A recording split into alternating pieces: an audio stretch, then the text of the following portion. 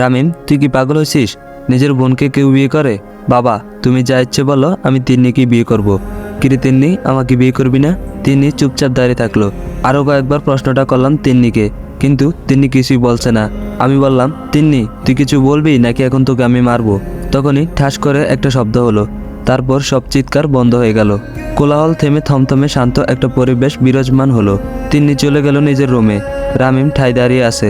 কামরুল সাহেব বুঝলেন ছেলের পথভ্রষ্ট হয়েছে, না হলে তিন্নিকে কিভাবে বিয়ে করার কথা বলে।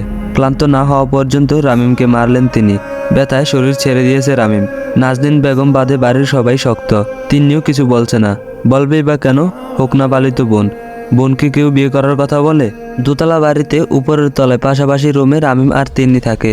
রামিমের বয়স যখন 2 বছর, তখন তিন্নির বাবা মা গ্যাস সিলিন্ডার ফেটে মারা যান। তিন্নির বাবা মা পালিয়ে বিয়ে করার কারণে কোনো পরিবারই এই মেয়েটিকে বোঝা বানাতে চায়নি।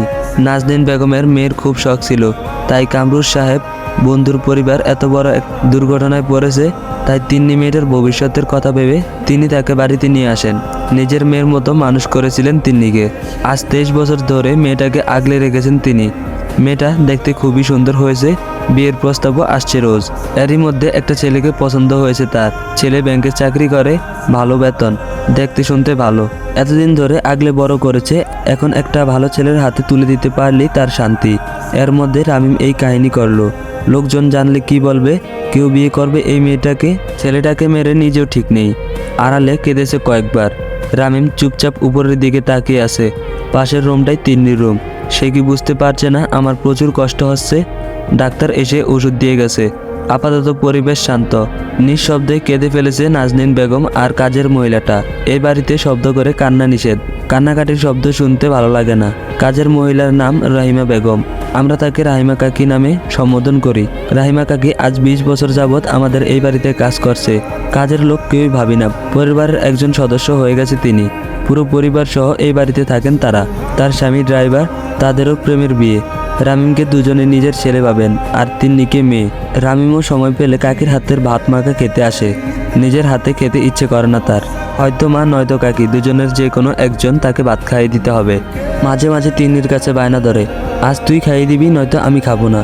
প্রতিদিন তো কাকির হাতে খাস, আজ আমি কেন? উত্তর দেয় তিন্নি। রামিম জবাব না দিয়ে খাবার টেবিল থেকে উঠে যায়। তিন্নি পিছন পিছন যায় আর বলে, আয় খাইয়ে দেই। দুজনের এমন মিষ্টি ভালোবাসায় পরিবারের কেউই রাগ করে না, বরং খুশি হয়। একটা সময় কামরুল সাহেব ভাবত মেয়েটাকে কি ছেলের বউ করে রেখে দিবে নাকি। সময় বদলায়, মনের ভিতর একটা সন্দেহ হয়, লোকে কি বলবে। নিজের মেয়ের মতো মানুষ করেছি এতদিন। নাজনীন বেগম রামিমের পাশে বসে বাতাস করছে আর কাঁদছে। এই কান্নার কোনো প্রাণ নেই।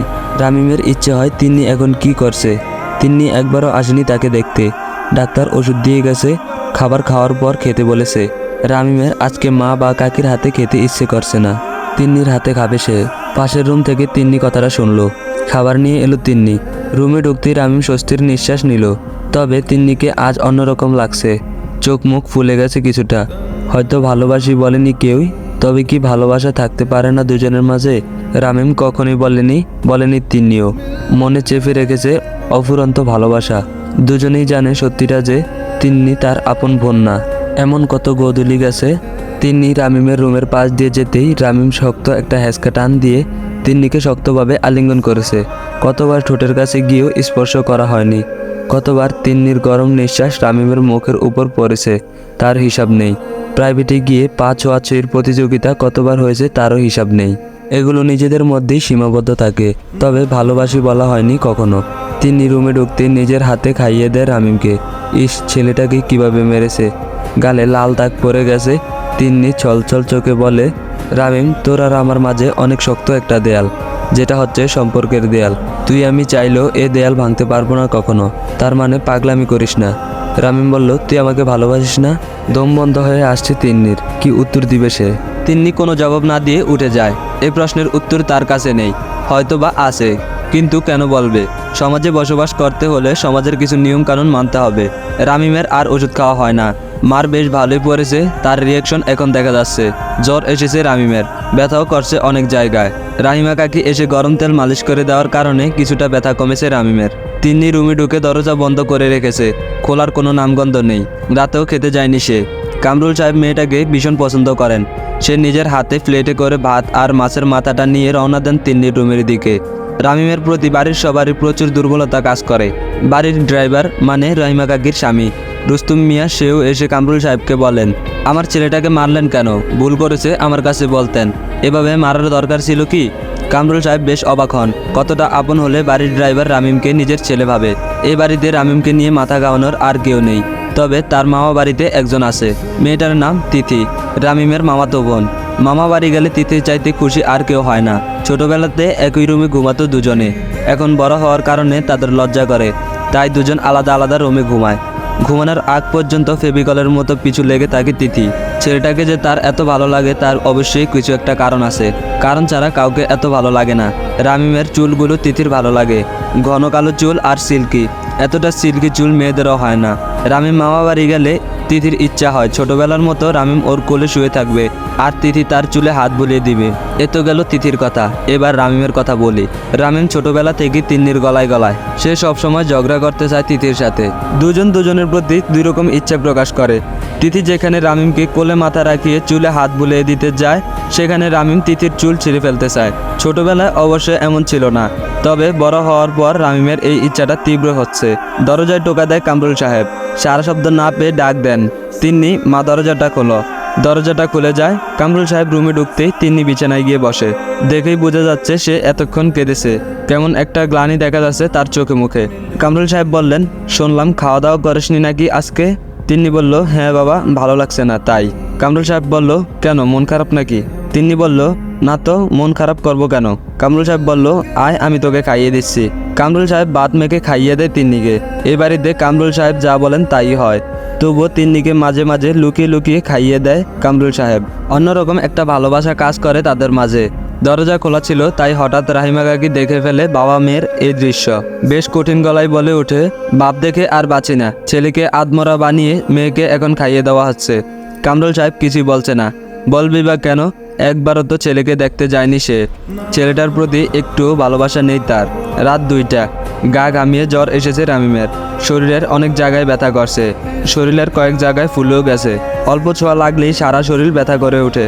পাশের রুমে লাইট জ্বলছে এখনো। রামিম ভাবে, তিনি কি এখনো ঘুমায়নি? এত রাতে জেগে কি করছে সে? অন্য সময় হলে রামিম রুমে যেত, অথবা দেয়ালে লাথি দিয়ে ঘুম ভাঙাতো তিন্নির।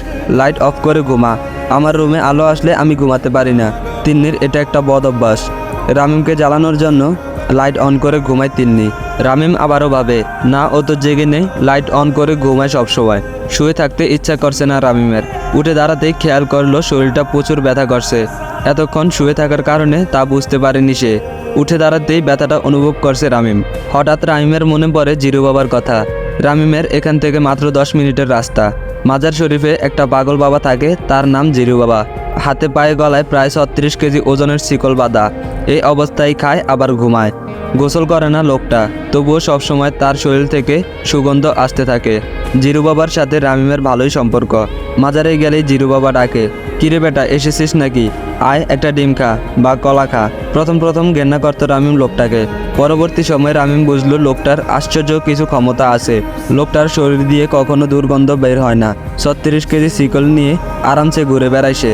আর সবচেয়ে মজার ব্যাপারটা হলো লোকটার কাছে গেলেই মন ভালো হয়ে যায়। রামিম ভাবছে কাল একবার জিরু বাবার কাছে যাবে, হয়তো কোনো একটা উপায় বের করে দিবেন তিনি। হঠাৎ দরজায় ঠকঠক শব্দ, তারপর ফিসফিস কণ্ঠে আওয়াজ আসে, রামিম জেগে আছিস? এটা তো তিন্নির গলা, এত রাতে ও আমার রুমে কেন? তো গাইজ, আজকের পর্বটা এই পর্যন্তই। যদি ভিডিওটা ভালো লাগে তাহলে অবশ্যই চ্যানেলটা সাবস্ক্রাইব করে দিবে আর ভিডিওটাতে লাইক করে দিবে। আর নেক্সট পার্ট চাও কিনা তা অবশ্যই কমেন্ট করে জানাবে। তোমাদের কাছে যদি এই গল্পটা ভালো লাগে তাহলে কমেন্টে জানিয়ে যেও যে নেক্সট পার্ট চাও কিনা। আর যদি ভালো নাই লাগে তাহলে বলো, নতুন কোনো গল্প দেওয়ার চেষ্টা করবো তোমাদেরকে। তো আজকের মতো বিদায় নিচ্ছি, আল্লাহ হাফেজ।